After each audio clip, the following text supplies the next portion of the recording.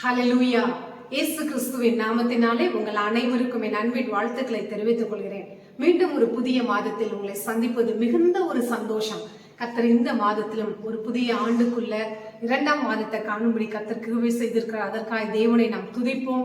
இந்த நாட்களிலே அதிகமாய் துதித்து தேவனை ஆராதிக்கும் பொழுது எல்லா காரியங்களும் கர்த்தர் கைகூடி வர பண்ணுவார். ஒரு நாள் காலையிலே எழும்பும் பொழுது இப்படியா எனக்குள்ளே ஒரு வார்த்தை உதித்தது.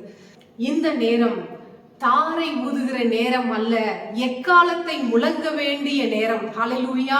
அதற்கு ஆதாரமாய் கர்த்தர் கொடுத்த வசனம் மத்தேயு 9ஆம் அதிகாரம் 23ஆம் வசனத்துல நாம் பார்க்கும் பொழுது, தலைவன் போய் இயேசுவை பார்த்து வேண்டிக்கிறாங்க, என் மகள் மரித்து போனாள், ஆனாலும் நீங்க என் மகளை தொடும் பொழுது அந்த சுகம் அடையும், அவங்களுக்கு உயிர் வரும் சொல்லி அவங்க அந்த தலைவன் விசுவசித்தார். ஹல்லேலூயா. இந்த நாளிலே கூட உங்களுடைய வாழ்க்கையில என்னென்ன காரியங்கள் மரித்து போயிருக்கோ இந்த நாள்ல அது மீண்டும் உயிர் பெற போகுது. ஹல்லேலூயா. நீங்க புலம்பிக் கொண்டிருக்க வேண்டிய நேரம் அல்ல இது. புகழ் பாடி தேவனுடைய நாமத்தை உயர்த்த வேண்டிய நேரம் என்று கர்த்தர் சொன்னார். அந்த இடத்துல வாசிக்கும் பொழுது அந்த வீட்டுக்குள்ள போயிடுறாங்க. அந்த இடத்துக்குள்ள வரும் பொழுதே உங்களுக்கு தெரியும், ஒரு இல்லத்துல ஒரு டெத் நடந்ததுன்னா அந்த ஏரியா ஃபுல்லா வெளியில இருந்தே அந்த ரோடு ஃபுல்லா பாத்தீங்கன்னா அந்த அட்மாஸ்பியர் போறப்பே கண்டுபிடிச்சிட முடியும். மக்கள் வரவும் போவும் அந்த இடத்துல எல்லாம் செஞ்சுட்டு இருக்க எல்லாம் உங்களுக்கு தெரியும். அங்க பார்த்தா போய் ஒப்பாரி வச்சுக்கிட்டு தாரை அடிச்சுக்கிட்டு புலம்பல் பாடிக்கிட்டு இருக்காங்க. அந்த இடத்துல சொல்லப்பட்டிருக்கு, விலகுங்கள் அப்படின்ற ஜீசஸ் சொல்றாங்க, விலகுங்கள், இதெல்லாத்தையும் நீ நிப்பாட்டு, சிறு பெண் மரிக்கவில்லை அப்படின்றார். ஹல்லேலூயா. அந்த இடத்தை வாசிக்கும் பொழுது ரொம்ப ஆச்சரியமான காரியம். தேவன் பார்க்கும் பொழுது, ஜீசஸ் பார்க்கும் பொழுது சொல்றாங்க, சிறு பெண் மரிக்கவில்லை, அவள் நித்திரையா இருக்கிறாள். ஹல்லேலூயா. அப்ப பாருங்க, ஜனங்களை வெளியே துரத்தும்படி யாரெல்லாம் அங்க புலம்பிட்டு இருக்காங்களோ, தாரை அடிச்சிட்டு இருக்காங்க, தாரை ஊதிட்டு இருக்காங்க, எல்லாத்தையும் வெளியே போ அப்படின்ற. ஹல்லேலூயா. இன்னைக்கு உங்களுடைய உள்ளத்துக்குள்ள என்னென்ன காரியம் முடிஞ்சிருச்சு இதெல்லாம் பத்தி புலம்பிட்டு இருக்கீங்களா? இன்னைக்கு அப்படிப்பட்ட ஆவிகள் உங்கள்கிட்ட வெளியே இருக்கும். இந்த நாள்ல நீங்க துதிங்க, ஆண்டோடைய நாமத்தை கூப்பிடும் பொழுது அவர் வருகிற எல்லா இடத்திலும் அவர் மகிமை வெளிப்படும். இந்த இடத்துல முடிஞ்சதுதான் உண்மை, மகள் மரித்தது உண்மை, தாரை ஊதிக்கிட்டு இருக்கிறது உண்மை, அவங்கள கொண்டு போறதுக்கு எல்லாம் கொண்டு வந்தது உண்மை. நம்ம தாரை ஊதுனோம்னா பாட கட்டிடுவாங்க. அதான் ஒருவேளை அந்த டெத் வீட்டுல இப்படி பாடிட்டு இருந்திருப்பாங்க, பரலோகமே என் சொந்தமே என்று காண்பேனோ. ஜீசஸ் போறாரு, பாட்டை மாத்துங்க அப்படின்ட்டாரு. பரலோகம்தான் என் பேச்சு, பரிசுத்தம்தான் என் மூச்சு. அட்மாஸ்பியர் மாறிடுச்சுங்க. உங்களுடைய வாழ்க்கையில என்ன காரியம் முடிஞ்சதுன்னு நினைக்கிறீங்களோ அது முளைத்து எழும்புகிற நேரமா இது இருக்குது. செய்ய வேண்டியது ஒண்ணுதான், இயேசுவை கூப்பிடுங்க, அவர் நாமத்தை உயர்த்துங்க. அவர் உள்ள போனாரு, மகளுடைய கையை பிடித்து தூக்குனாரு, அவர் மீண்டுமாய் உயிர் பெற்றாள். ஹல்லேலூயா. உங்களுடைய பிரச்சனை மறிக்கல, மறைந்து இருக்குது, அது நிச்சயமாய் மீண்டும் உழைத்து ஒரு பெரிய விருட்சமாய் உங்க கண் முன்னாடி நீங்க பார்க்க போறீங்க. அதிலிருந்து பூக்களும் காய்களும் பழங்களும் பூத்து குலுகுகிறத நீங்க பார்க்க போறீங்க. ஹல்லேலூயா. நீங்க யோசிச்சு பாருங்க, பவுலும் ஷீலாவும் குறித்து நம்ம வாசிக்கிறோம். அப்போஸ்தலர்ல நம்ம வாசிக்கும் பொழுது 16ஆம் அதிகாரம் 24 வாசிக்கும் பொழுது, பவுல் ஷீலாவை தொழுமரத்துல வச்சு கட்டி வச்சுட்டாங்க, கையை காலெல்லாம் கட்டியிருக்காங்க.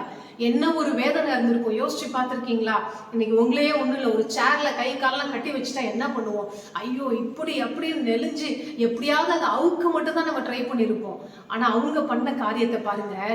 அந்த நள்ளிரவுல கட்டப்பட்ட சூழ்நிலை மத்தியில வேதனைகள், உடம்புல ஃபுல்லா காயம் ரணம் கட்டி இருக்குது, இப்படிப்பட்ட வேதனையின் மத்தியில அவங்க துதித்து கர்த்தரை மகிமைப்படுத்தினார்கள். இன்னைக்கு உங்களுடைய பிரச்சனைகள் வெளியில சொல்ல முடியாத அளவுக்கு காயங்களோடு கூட நீங்க இருக்கலாம்.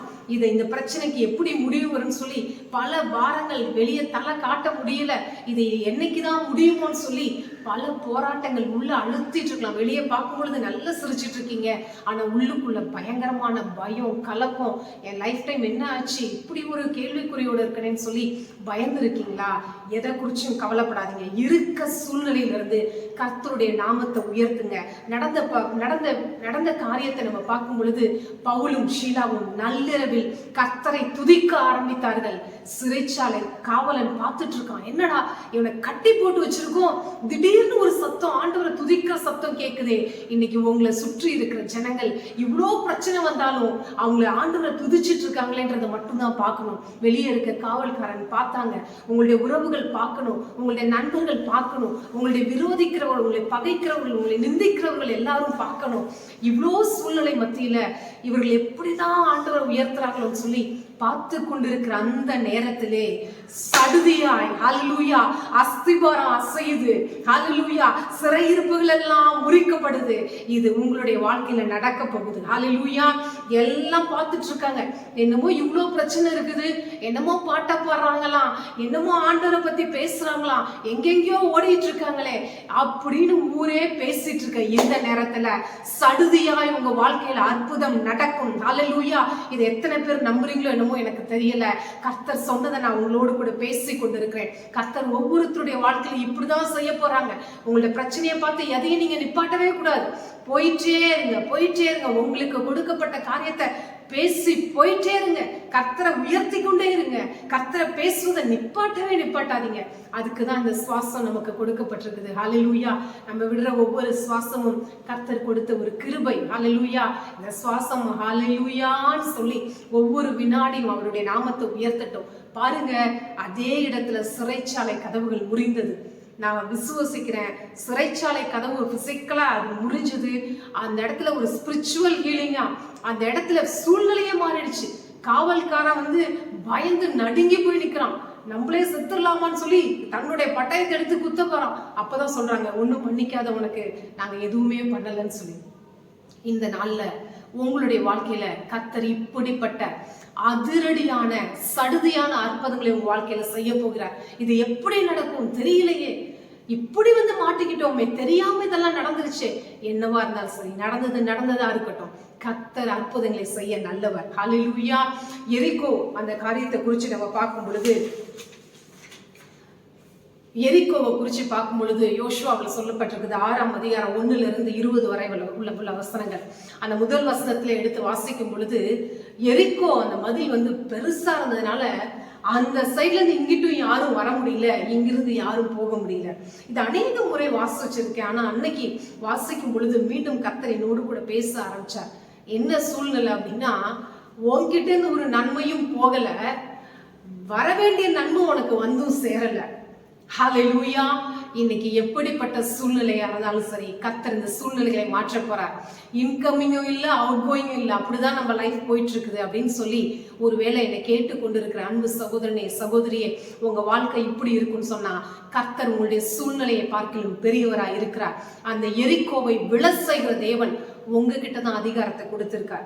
உங்க நாவுனால தொடர்ந்து ஆராதிங்க, தேவனை மகிமைப்படுத்துங்க. உங்க நாவுனால விசுவாச அறிக்கையிடுங்க, சூழ்நிலை மாறும். நடந்தது என்ன தெரியுமா? பெரிய கொயர் குரூப் கூட்டினாங்க, எல்லாம் வாங்கலான்னு சொல்லி ஒவ்வொரு நாள் ஒவ்வொரு முறை, 2 முறை, 3 முறை, 4 முறை, 6, 7ஆம் நாள் 7 முறை எரிகோவை சுற்றி வந்தார்கள்.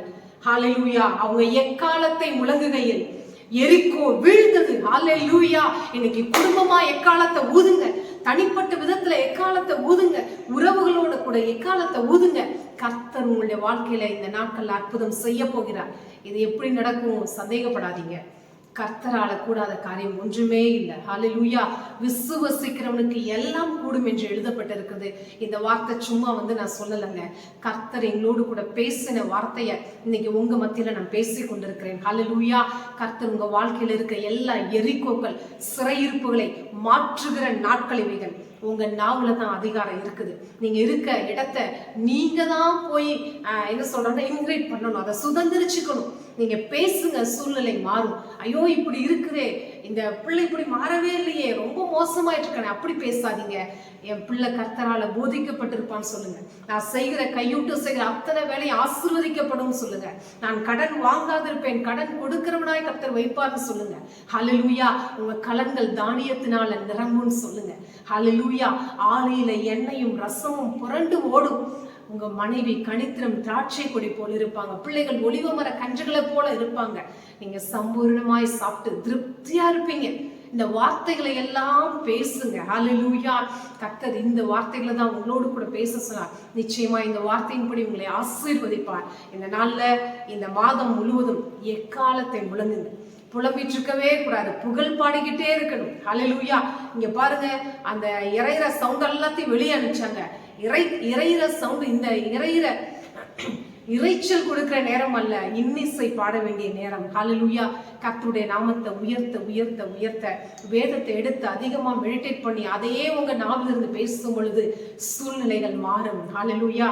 எளிதாய் எல்லா காரியங்களையும் சுதந்திரிக்க வேண்டிய நாட்கள் இவைகள். இதையை நீங்க செய்யுங்க.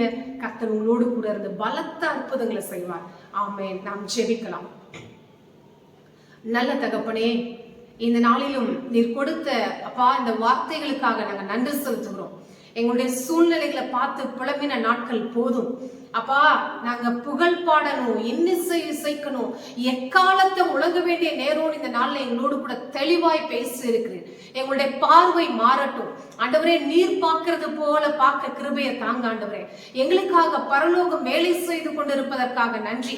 தேவதூதர்கள் பணிவிடை செய்வதற்காக நன்றி.